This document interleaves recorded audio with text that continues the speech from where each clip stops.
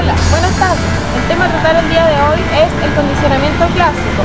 Es un tema fundamental en psicología de aprendizaje. Su principal precursor es Ivan Petrovich Pavlov y su contemporáneo es Rescorla.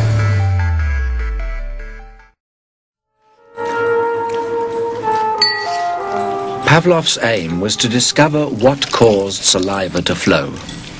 He rerouted the salivary ducts to the outside of his dog's cheek so that he could collect and measure the spittle. Perhaps he thought the production of saliva might be the result of a fixed nervous reflex, like a knee jerk. 5 минут 42,5 секунды. After taking many measurements of spittle, he confirmed that the dogs drooled automatically when their tongues touched food.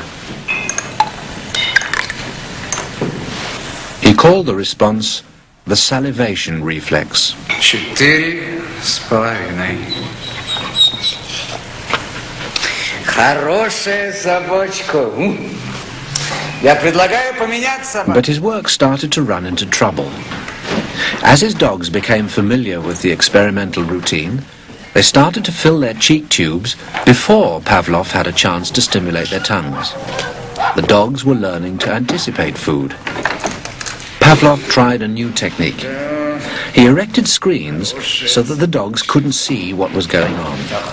Before passing meat through the hatch, he introduced a stimulus that was totally unrelated to feeding.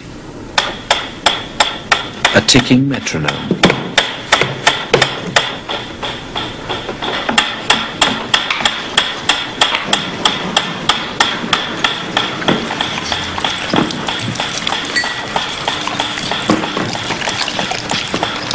At first, the dog dripped saliva into its cheek tube only when the food appeared. But after a number of trials, the dog began to connect the ticking with the arrival of meat.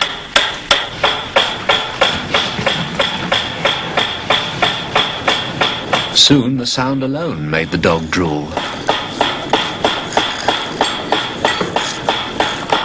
Eventually, the dog salivated as much to the ticking itself as it did originally to the presentation of food. Полная! Идите сюда. Что я говорил? He called this new response the conditioned reflex. Собака.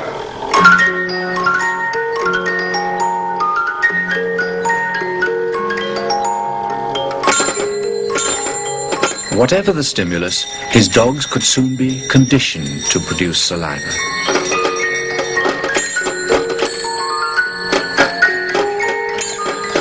Pavlov believed that he had discovered how animals learned, even in the wild.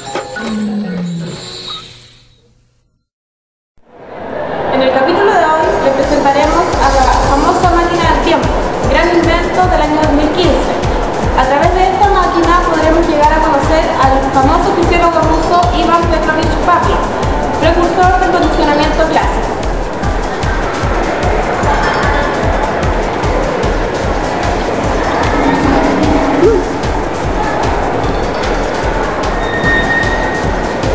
Bien, aquí está Pablo. Comencé estudiando los procesos digestivos en los perros y me di cuenta que al colocar alimentos en su cavidad bucal, estos secretaban jugo gástrico y saliva. También me di cuenta que estas secreciones se presentaban a la vista del alimento y esto podía explicarse como conducta refleja, la cual no he aprendido. Propuse la hipótesis que la respuesta a la salivación a la vista del alimento podría ser atribuida a un estímulo que preceda a esto. Para probar esta hipótesis puse una luz que prendía y apagaba e inmediatamente después colocaba el alimento en el hocico del animal. En los primeros ensayos la salivación se presentaba cuando el alimento era colocado en el hocico del animal, pero no cuando la luz se prendía.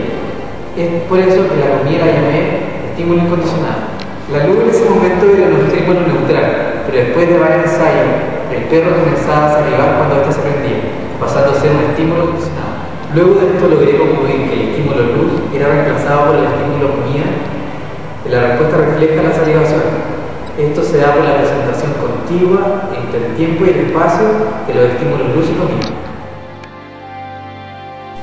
En En sus inicios, el condicionamiento clásico tenía como premisa que para que se produzca el condicionamiento o la asociación entre dos acontecimientos es necesario que se dé cierto grado de contigüidad entre ellos. Sin embargo, luego de realizar algunos estudios descubrí que la contigüidad no es el único factor que determina el aprendizaje. En términos generales, la contigüidad no es necesaria ni suficiente.